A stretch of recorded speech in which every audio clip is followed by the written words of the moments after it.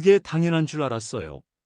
그런데 갑자기 하루 종일 집에 있게 되니까 아내의 동선이 보이기 시작했습니다. 어느 날 점심시간 아내가 라면을 끓이고 있었어요. 물이 끓는 소리가 부엌에서 보글보글 들려오고 있었는데 저는 거실에서 TV를 보고 있었습니다. 그런데 아내가 갑자기 큰 소리로 말하더군요. 여보, 라면 드실 거예요? 응, 나도 하나 끓여줘. 저는 별 생각 없이 대답했습니다. 그런데 아내 표정이 싸늘해졌어요. 제가 당신 하녀인 줄 아세요? 본인 것은 본인이 끓이세요.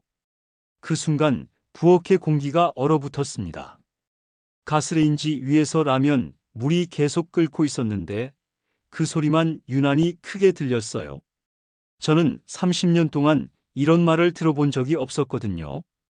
왜 갑자기 이런 식으로 나오는 걸까 싶어서 어리둥절했습니다. 왜 그래? 별거 아닌 일인데.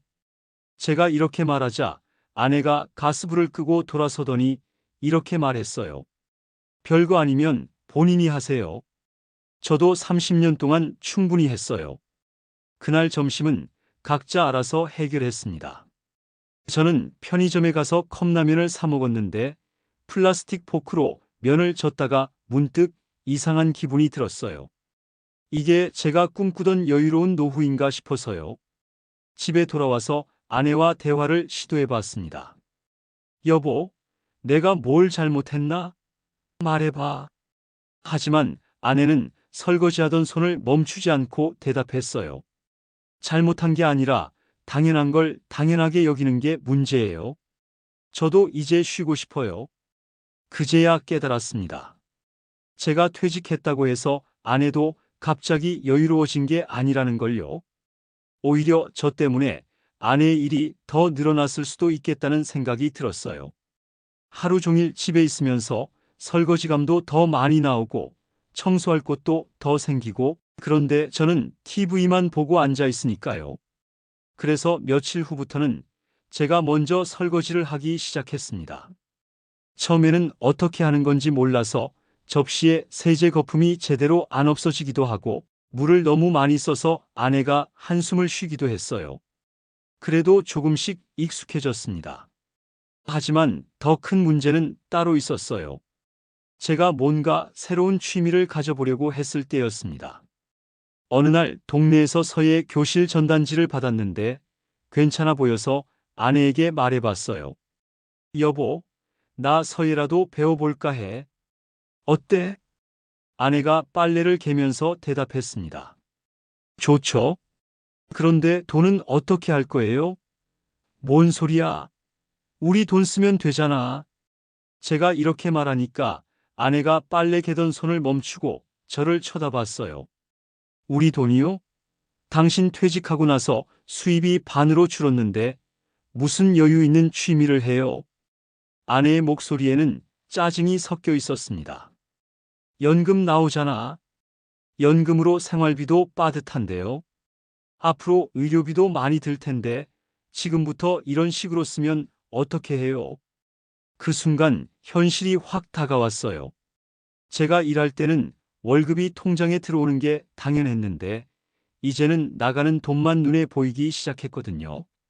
서예 교실 수강료가 한 달에 15만 원인데 예전 같으면 별거 아닌 금액이었지만 지금은 부담스럽게 느껴졌습니다. 그럼 나는 뭘 하고 살라고? 제가 이렇게 물어보니까 아내가 한참 동안 말이 없더니 이렇게 대답했어요. 저도 모르겠어요. 당신이 알아서 하세요. 그날 밤 잠자리에서 천장을 바라보며 많은 생각이 들었습니다. 30년 동안 저는 제가 가장 역할을 충실히 한다고 생각했어요. 매달 월급을 가져다 주고 아이들 교육비도 대고 집도 마련했죠. 그런데 이제 와서 보니까 집 안에서 제 자리가 어디인지 모르겠더라고요. 며칠 후 더 충격적인 일이 있었습니다. 큰아들이 가족들과 함께 집에 놀러 왔는데 저녁을 먹다가 손자가 갑자기 이런 말을 하더군요. 할아버지는 왜 집에서 아무것도 안 해요? 순간 식탁이 조용해졌습니다. 큰아들이 당황해서 아이를 타이르려고 했지만 아내가 먼저 입을 열었어요. 맞는 말이네. 할아버지가 이제는 뭔가 해야 할 때가 된 것 같아. 그 말을 듣는 순간 얼굴이 화끈거렸습니다. 5살짜리 손자 입에서 나온 말인데도 가슴이 아프더라고요. 제가 정말 아무것도 하지 않는 사람이 되어버린 건가 싶어서요. 식사가 끝나고 큰아들이 따로 저를 불러서 조심스럽게 말했어요. 아버지, 어머니가 요즘 스트레스를 많이 받으시는 것 같아요. 뭔가 변화가 필요하지 않을까요? 무슨 변화? 아버지도 아버지만의 생활을 만드시면 어떨까요? 어머니한테만 의존하지 마시고요. 그날 밤 잠이 오지 않았습니다.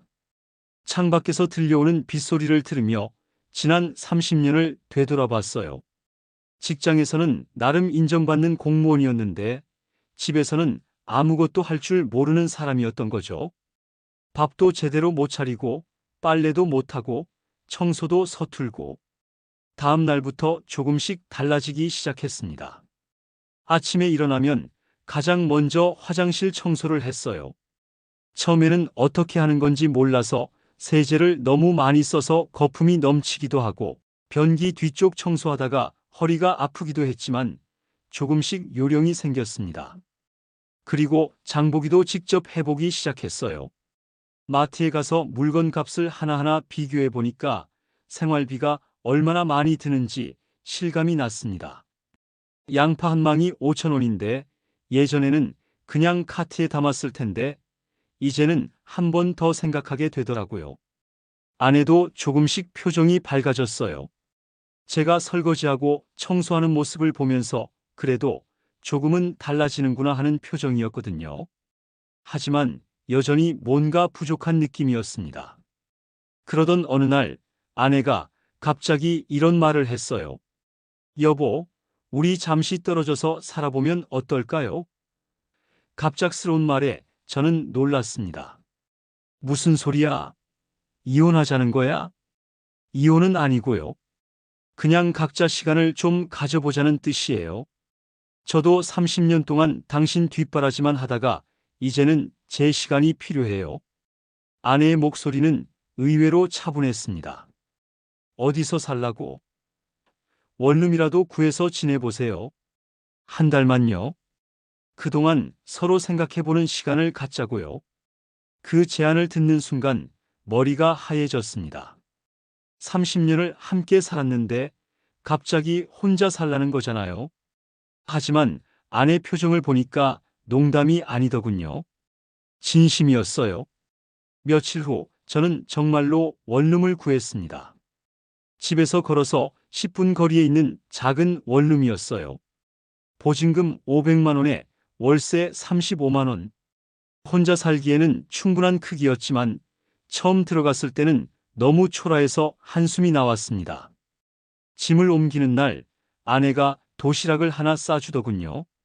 며칠은 이걸로 드세요. 그리고 밥하는 법 배우시고요. 도시락을 받아 들고 보니까 눈물이 핑 돌았어요. 화가 나는 건지 서운한 건지 구분이 안 되더라고요. 원룸 생활 첫날 밤, 저는 바닥에 이불을 깔고 누워서 천장을 바라봤습니다. 옆집에서 들려오는 TV 소리, 복도를 지나가는 발소리, 엘리베이터 작동하는 소리. 모든 게 낯설었어요. 30년 동안 한 집에서 살다가 갑자기 혼자가 되니까 이런 기분인 거구나 싶었습니다. 다음 날 아침 배가 고파서 일어났는데 집에 먹을 게 없었어요. 아내가 싸준 도시락은 어제 저녁에 다 먹었거든요. 편의점에 가서 컵라면과 김밥을 사왔는데 원룸에서 혼자 먹는 김밥 맛이 이렇게 쓸쓸할 줄 몰랐습니다. 그날부터 본격적인 혼자 살기가 시작됐어요. 라면 끓이는 것부터 다시 배웠습니다. 물을 얼마나 넣어야 하는지, 면을 언제 넣어야 하는지, 계란은 어느 타이밍에 넣는 건지. 30년 동안 아내가 다 해줬으니까 저는 정말 아무것도 모르고 있었던 거예요. 처음 며칠은 편의점 도시락으로 버텼는데 일주일 정도 지나니까 돈이 생각보다 많이 나가더군요. 하루에 식비만 10,000원씩 나가니까 한 달이면 30만 원이에요. 월세 35만 원에 식비 30만 원이면 벌써 65만 원입니다. 여기에 전기세, 가스비 다 합치면 월 생활비가 거의 80만 원은 될 것 같았어요. 그래서 직접 요리를 배우기 시작했습니다. 유튜브로 간단한 요리법을 찾아보고 따라 해봤어요. 계란볶음밥부터 시작해서 김치찌개, 된장국까지. 처음에는 간이 짜거나 싱겁거나 해서 제대로 못 먹을 때도 많았지만 조금씩 나아졌습니다. 특히 기억에 남는 건 처음으로 김치찌개를 끓였을 때예요. 냄비에서 김치 끓는 냄새가 나니까 갑자기 집 생각이 나더라고요. 아내가 끓여주던 김치찌개 냄새 말이에요. 그런데 막상 맛을 보니까 뭔가 아쉬웠습니다. 재료는 똑같이 넣었는데 맛이 달랐어요. 원룸 생활을 시작한 지 2주쯤 됐을 때 아내가 전화를 했습니다. 어떻게 지내세요? 뭐, 그럭저럭 살고 있지. 밥은 잘 챙겨 드시고요? 응, 내가 직접 해 먹고 있어. 전화를 끊고 나서 묘한 기분이 들었어요. 아내가 제 안부를 물어봤다는 게 반가우면서도 동시에 서운했습니다. 정말 한 달 동안 떨어져 살아야 하는 건가 싶어서요. 그런데 시간이 지나면서 조금씩 혼자 사는 리듬이 생기기 시작했어요. 아침에 일어나면 간단히 세수하고 편의점에 가서 신문을 봅니다. 편의점 사장님과도 익숙해져서 오늘도 일찍 나오셨네요 하며 인사를 나누게 됐어요. 점심은 집에서 간단히 해먹고 오후에는 동네를 산책하거나 도서관에 가서 책을 읽었습니다. 저녁에는 TV를 보거나 라디오를 들으면서 하루를 마무리했어요. 단조로운 일상이었지만 나름 평온했습니다. 그러던 중 우연히 동네 할아버지 한 분과 알게 됐어요. 공원에서 매일 아침 운동을 하시는 분이었는데 어느 날 벤치에서 함께 앉게 됐거든요. 혼자 사시나 보네요? 네, 잠시 혼자 지내고 있어요. 그 할아버지와 이야기를 나누면서 알게 된 건데 혼자 사는 노인들이 생각보다 많더라고요. 어떤 분은 배우자를 먼저 보내서 혼자 사시고 어떤 분은 자녀들이 다 독립해서 혼자 지내시고 저처럼 잠시 떨어져 사는 분들도 있었어요. 처음에는 외롭죠. 그런데 적응되면 나름 괜찮아요. 자기 페이스로 살 수 있거든요. 그 할아버지 말씀이 인상 깊었습니다. 자기 페이스로 산다는 게 뭔지 조금씩 알 것 같았어요. 원룸에서 혼자 지낸 지 3주가 되던 날 아내에게서 다시 전화가 왔습니다. 여보, 한번 만날까요? 커피라도 마시면서 이야기 좀 해요. 응, 그러자. 동네 카페에서 만난 아내는 조금 야위어 보였어요. 저도 마찬가지였을 겁니다. 혼자 살면서 제대로 먹지 못해서 살이 좀 빠졌거든요. 어떻게 지내셨어요? 뭐, 그럭저럭. 당신은? 저도 그럭저럭이에요. 서로 어색한 침묵이 흘렀습니다. 30년을 함께 살았는데 이렇게 어색할 수가 있나 싶더라고요. 아내가 먼저 입을 열었습니다. 생각해 봤는데 우리가 서로에 대해서 너무 모르고 살았던 것 같아요. 무슨 뜻이야? 당신은 저를 당연한 존재로 여겼고 저도 당신을 그렇게 여겼어요. 그런데 이렇게 떨어져 지내보니까 서로가 얼마나 필요한 존재인지 알겠더라고요. 그 말을 듣는 순간 가슴이 뭉클했습니다. 나도 그런 생각 들었어. 혼자 살아보니까 당신이 얼마나 많은 일을 해왔는지 알겠더라고. 정말요? 응, 정말이야. 그날 대화에서 우리는 서로에게 솔직한 마음을 털어놨어요. 아내는 30년 동안 제 뒷바라지를 하면서 자기 자신을 잃어버린 것 같다고 했습니다. 저는 퇴직 후 갈 곳 없는 기분에 대해서 이야기했어요. 그럼 어떻게 할까? 제가 물어보니까 아내가 이렇게 대답했습니다. 조금 더 시간을 가져봐요. 서로 독립적인 생활을 유지하면서 관계를 새로 만들어 보는 거예요. 그래서 저는 원룸 생활을 계속하기로 했습니다. 다만 일주일에 두세 번씩은 만나서 같이 식사도 하고 대화도 나누기로 했어요.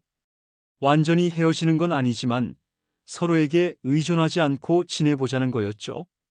혼자 살기 시작한 지 2달째, 저는 작은 아르바이트를 시작했습니다. 동네 편의점에서 새벽 시간대에 일하는 거였어요. 시급은 높지 않았지만 용돈벌이 정도는 됐습니다. 처음에는 바코드 찍는 것도 서툴고 계산기 사용법도 헷갈렸는데 며칠 지나니까 적응됐어요. 새벽에 일하는 사람들을 보면서 세상에는 정말 다양한 사람들이 있구나 싶었습니다. 택시 기사님들이 커피 사러 오시고, 야간 근무 마치고 가는 간호사님들도 오시고, 새벽 배송 일을 하는 젊은 분들도 오셨어요. 짧은 대화를 나누면서 각자의 삶에 대한 이야기를 듣는 게 재미있었습니다. 아르바이트를 시작하면서 하루 일과가 규칙적으로 변했어요. 새벽 4시에 일어나서 6시까지 편의점에서 일하고 집에 돌아와서 아침 겸 점심을 해 먹습니다. 오후에는 낮잠을 자거나 산책을 하고 저녁에는 간단히 요리를 해서 먹어요. 저녁 식사 후에는 책을 읽거나 라디오를 들으면서 하루를 정리했습니다. 혼자만의 시간이 이렇게 소중한 줄 몰랐어요. 30년 동안 항상 누군가와 함께 있었는데 처음으로 온전히 제 시간을 가질 수 있게 됐거든요. 그런 생활을 한 달 정도 더 지속하던 어느 날 아내가 갑자기 찾아왔습니다. 들어가도 될까요? 응, 들어와. 작은 원룸에 아내가 들어오니까 공간이 더 작아 보였어요. 아내가 제 생활 모습을 둘러보더니 이렇게 말했습니다. 생각보다 깔끔하게 지내시는데요. 혼자 살아보니까 정리정돈이 중요하더라고. 요리도 하시고요. 응, 간단한 건 할 수 있어. 그날 아내와 함께 저녁을 해 먹었어요. 제가 김치찌개를 끓이고 아내가 밥을 지었습니다. 30년 만에 처음으로 함께 요리를 한 거였어요. 맛은 그럭저럭이었지만 기분이 좋았습니다. 식사를 마치고 설거지를 하면서 아내가 말했어요. 많이 달라지셨어요. 뭐가? 예전에는 설거지 한번 해달라고 해도 귀찮아 하셨는데 이제는 자연스럽게 하시네요.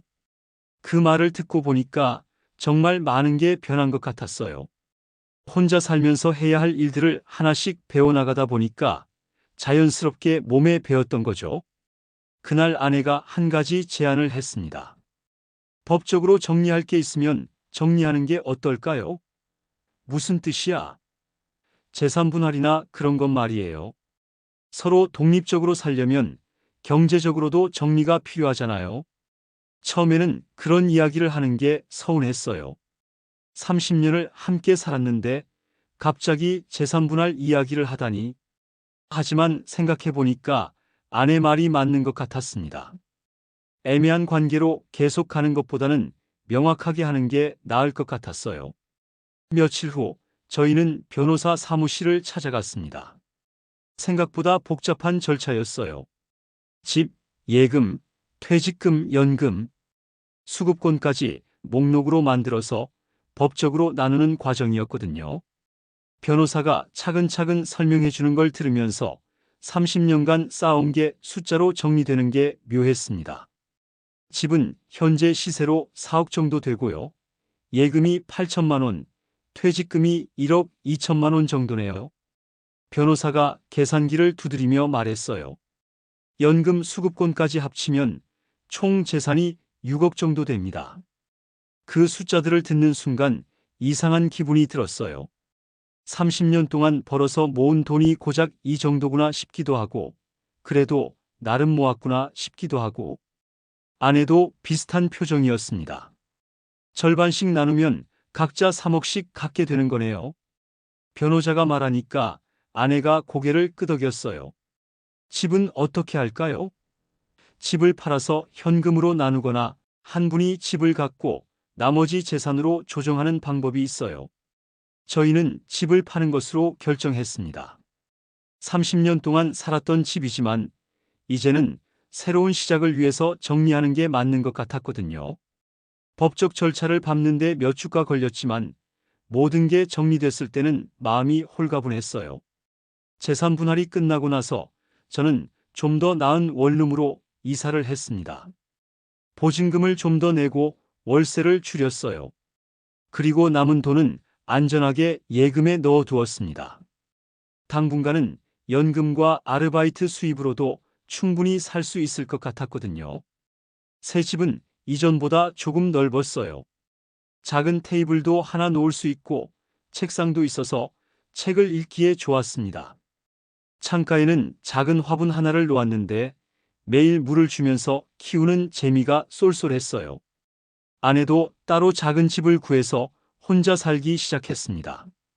저희는 일주일에 한두 번씩 만나서 식사를 함께 했어요. 예전처럼 매일 얼굴을 맞대고 사는 건 아니지만 만날 때마다 서로에 대한 이야기를 나누니까 오히려 대화가 더 많아졌습니다. 요즘 뭐 하고 지내세요? 편의점 일하고 책도 읽고 산책도 하고. 당신은? 저는 동네 복지관에서 봉사활동 시작했어요. 아내도 새로운 생활을 시작한 것 같았어요. 이런 생활을 몇 달 계속하면서 저는 점점 혼자 있는 시간이 편해졌습니다. 아침에 눈을 뜨면 오늘 뭘 할지 스스로 정할 수 있고, 배가 고프면 언제든 간단히 해먹을 수 있고, 피곤하면 바로 누워서 쉴 수 있어요. 편의점 일도 이제는 능숙해져서 사장님이 믿고 맡겨주십니다. 아저씨가 있으니까 마음이 놓여요. 꼼꼼하고 성실하시거든요. 그런 말을 들으면 기분이 좋았어요. 30년 직장 생활 끝나고도 누군가에게 도움이 되는 일을 하고 있다는 게 뿌듯했거든요. 새벽에 일하다 보면 다양한 사람들을 만나게 됩니다. 어떤 분은 매일 같은 시간에 와서 같은 물건을 사가시고, 어떤 분은 가끔 오셔서 안부를 물어보시기도 해요. 그런 소소한 인간관계가 좋았습니다. 특히 기억에 남는 건 새벽 배송 일을 하시는 30대 남성분이었어요. 매일 새벽 5시쯤 커피랑 삼각김밥을 사가시는데 어느 날 이런 말씀을 하시더라고요. 아저씨, 새벽에 일하시는 거 힘드시죠? 나이 들어서 새로 시작하는 거니까 모든 경험이지. 제가 이렇게 대답하니까 그분이 웃으면서 말했어요. 저도 배워갑니다. 아저씨처럼 나이 들어서도 새로운 일을 시작할 수 있는 용기 말이에요. 그 말을 듣고 생각해 보니까 저도 나름 용기 있는 일을 하고 있었던 거더라고요. 60대 중반에 혼자 살면서 아르바이트까지 하는 게 쉬운 일은 아니었으니까요. 계절이 바뀌면서 제 생활도 조금씩 변화했어요. 여름에는 새벽 산책을 시작했습니다. 편의점 일을 마치고 집에 가는 길에 공원을 한 바퀴 돌았어요. 새벽 공원은 공기도 맑고 조용해서 생각을 정리하기에 좋았습니다. 그 시간에 만나는 다른 분들과도 인사를 나누게 됐어요. 매일 조깅하시는 할머니, 개를 산책시키시는 할아버지, 태극권을 하시는 분들. 서로 깊은 이야기를 나누지는 않았지만, 안녕하세요. 오늘도 좋은 하루 되세요 하는 인사만으로도 하루가 밝아졌습니다. 가을이 되면서 아내와 만나는 횟수가 조금 늘었어요. 날씨가 좋아서 같이 산책하기 좋았거든요. 어느 날 단풍 구경을 하면서 아내가 이런 말을 했습니다. 이렇게 지내는 것도 나쁘지 않네요. 뭐가? 서로 독립적으로 살면서도 관계는 유지하는 거 말이에요. 예전보다 오히려 편해요. 저도 같은 생각이었어요. 매일 얼굴을 맞대고 살 때는 사소한 것들로 짜증이 났는데 이렇게 가끔씩 만나니까 서로에 대해 궁금해지고 이야기할 거리도 많았거든요. 당신도 많이 달라진 것 같아요. 아내가 말했어요. 뭐가 달라졌는데? 예전에는 항상 뭔가 불만스러워하는 표정이었는데 이제는 편안해 보여요. 그 말을 듣고 보니까 정말 그런 것 같았어요. 퇴직 직후에는 갈 곳이 없어서 답답했는데 지금은 제 나름의 일상이 생겼거든요. 크지는 않지만 제가 필요한 곳도 있고 저를 기다리는 사람들도 있고. 겨울이 되면서 새벽 일이 조금 힘들어졌어요. 추워서 일찍 일어나는 게 쉽지 않았거든요. 하지만 포기하지 않았습니다. 두꺼운 옷을 입고 핫팩을 붙이고 나가면 되니까요. 그런데 어느 날 편의점에서 일하다가 갑자기 어지러워서 주저앉을 뻔했어요. 혈압이 높아진 것 같았는데 혼자 살다 보니까 건강관리에 소홀했던 거죠. 병원에 가서 검사를 받아보니까 혈압약을 먹어야 한다고 하더라고요. 그날 저녁 아내에게 전화를 걸어서 상황을 이야기했습니다. 병원에서 뭐래요? 혈압약 먹으면서 관리하면 된대. 큰 문제는 아니야. 혼자 살면서 제대로 챙겨 드셨어야죠. 아내가 걱정하는 목소리를 듣는 순간 마음이 따뜻해졌어요. 이혼은 했지만 여전히 저를 걱정해주는 사람이 있다는 게 고마웠거든요. 매일 약 챙겨 드시고 정기적으로 병원도 가세요. 몸이 아프면 연락 주시고요. 응, 알았어. 고마워. 그 일을 계기로 건강관리에 더 신경 쓰기 시작했어요. 매일 혈압약을 먹고 짠 음식은 피하고 산책도 꾸준히 했습니다. 병원에서 만나는 다른 환자분들과 이야기를 나누면서 나이 들어서 건강관리가 얼마나 중요한지 새삼 깨달았어요. 1년이 지나면서 저는 완전히 새로운 사람이 된 것 같았습니다. 혼자서 살림을 꾸려나가고 아르바이트로 용돈도 벌고 건강도 스스로 챙기고 예전 같으면 상상도 못했을 일들이었어요. 아내도 마찬가지였습니다.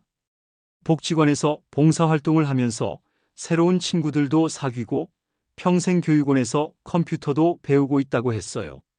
30년 만에 처음으로 자기만의 시간을 갖게 된 거죠. 어느 날 아내가 제안했습니다. 여행이라도 같이 가볼까요?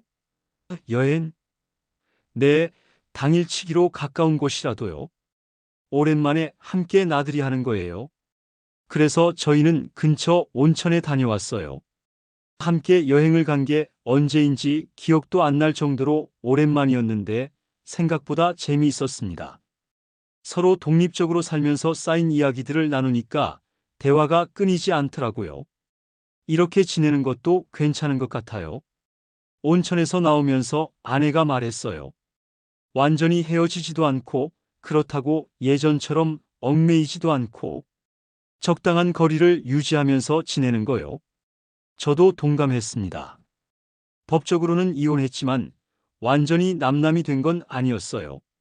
서로를 아끼는 마음은 여전히 있었고 다만 예전처럼 소유하려 하지 않는 거죠. 지금 생각해보면 퇴직 직후 제가 느꼈던 막막함과 답답함은 당연한 거였던 것 같아요. 30년 동안 똑같은 패턴으로 살다가 갑자기 모든 게 달라졌으니까요. 하지만 그런 혼란의 시간을 거쳐서 지금의 평온함을 얻었다고 생각해요. 혼자 사는 지금도 외로울 때가 있어요. 특히 밤에 혼자 TV를 보고 있으면 문득 쓸쓸해지기도 하죠. 하지만 그런 감정도 이제는 자연스럽게 받아들여요. 혼자 있는 시간이 주는 자유로움이 더 크거든요. 편의점에서 만나는 사람들, 공원에서 인사하는 분들, 가끔 만나는 아내, 이 모든 관계들이 제게는 소중합니다. 깊이 얽매이지 않으면서도 서로를 챙겨주는 사이, 그런 관계들 속에서 저는 나름의 행복을 찾고 있어요. 나는 나를 지킨다. 누군가의 부속품이 아닌 온전한 나 자신으로 살아간다. 여러분도 혹시 비슷한 고민을 하고 계신다면 용기를 내서 변화를 시도해 보세요. 혹시 지금 비슷한 상황에 계신 분들이 있다면 꼭 말씀드리고 싶습니다. 노후에는 자식이나 배우자만 바라보지 말고 내 인생의 주인은 나 자신임을 잊지 마시길 바랍니다. 돈은 줄여서 살면 됩니다. 하지만 존중 없는 삶, 나를 잃어버린 삶은 결코 행복하지 않습니다. 여러분의 노후가 누군가의 눈치가 아닌 스스로 선택한 삶으로 채워지길 바랍니다. 이야기를 재미있게 들으셨다면 좋아요와 구독 버튼 부탁드립니다. 여러분의 좋아요와 구독이 저에겐 아주 큰 힘이 됩니다. 감사합니다.